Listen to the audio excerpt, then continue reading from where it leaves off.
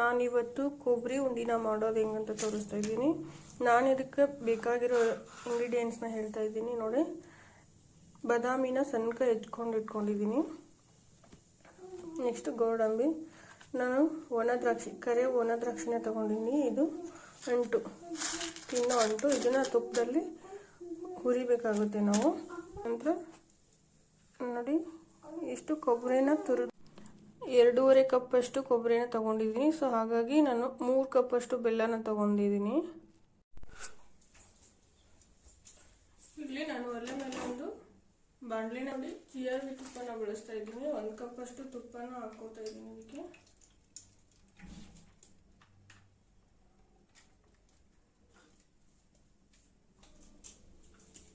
ಈ ರೀತಿ ಸಾಂಗಿ ಇರುತ್ತಲ್ಲ, ಈ ಥರ ಜೇಡಿನ ತಗೊಂಡ್ಬಿಟ್ಟು ನಾವು ಇದ್ರಲ್ಲಿ ಹಾಕ್ಬಿಟ್ಟು ಹಿಂಗೆ ಕರೆದ್ರೆ ಈಸಿಯಾಗಿ ಕರಿಬೋದು. ಅಂಟು ಹುರಿತಾ ಇದ್ದೀವಿ ಅದು ಈ ರೀತಿ ಎರಡ್ಬಿಡುತ್ತೆ ಇದು.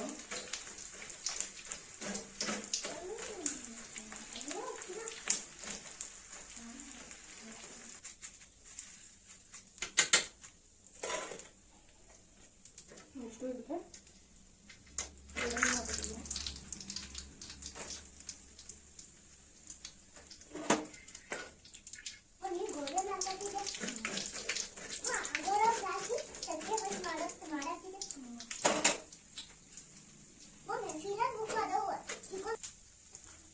ಗೋಡಂಬಿನ ಹುರಿದು ಹುರ್ಕೊತಾ ಇದ್ದೀನಿ.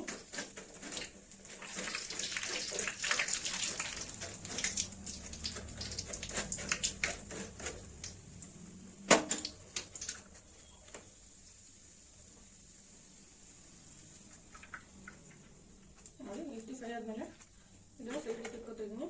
ನೆಕ್ಸ್ಟ್ ನಾನು ಬಾದಾಮಿ ಹಾಕ್ಕೊತೀನಿ.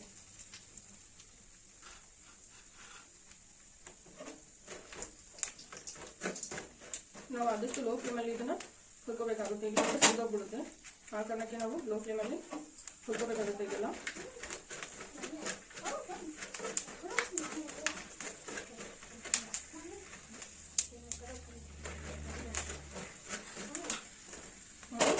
ಇದು ಕೂಡ ತುಪ್ಪದಲ್ಲಿ ಫ್ರೈ ಆಯಿತು. ಇದನ್ನು ಕೂಡ ನಾನು ಸೈಡ್ಗೆ ಹಾಕೋತಿದ್ದೀನಿ. ನೆಕ್ಸ್ಟು ದ್ರಾಕ್ಷಿ ಹಾಕೋತಿದ್ದೀನಿ.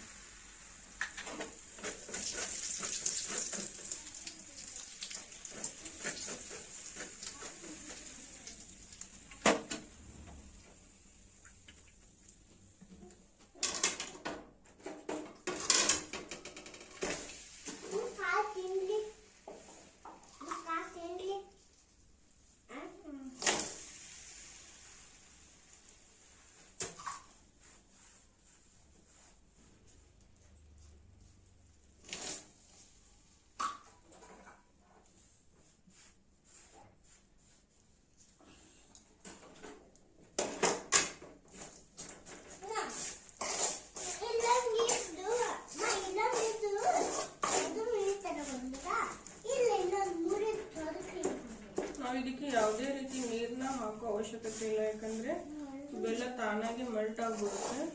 ಸೊ ಬೇಗ ನಮಗೆ ಆನ ಬಂದ್ಬಿಡುತ್ತೆ ಇದು.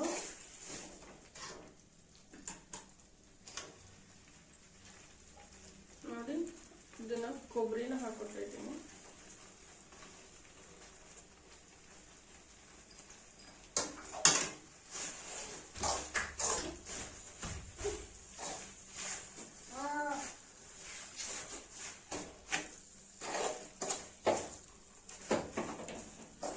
ಏನಪ್ಪ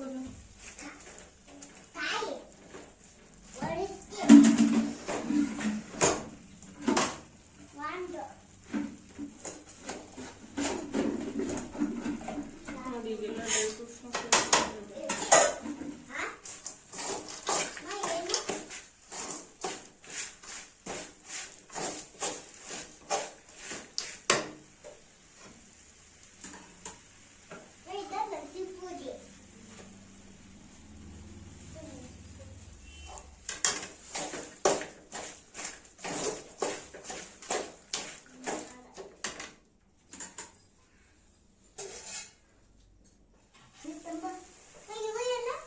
ನೋಡಿ ಒಂದು ಪ್ಲೇಟ್ನ ತಗೊಂಡು ಅದಕ್ಕೆ ತುಪ್ಪನ ಸವರ್ಕೊತಾ ಇದ್ದೀನಿ.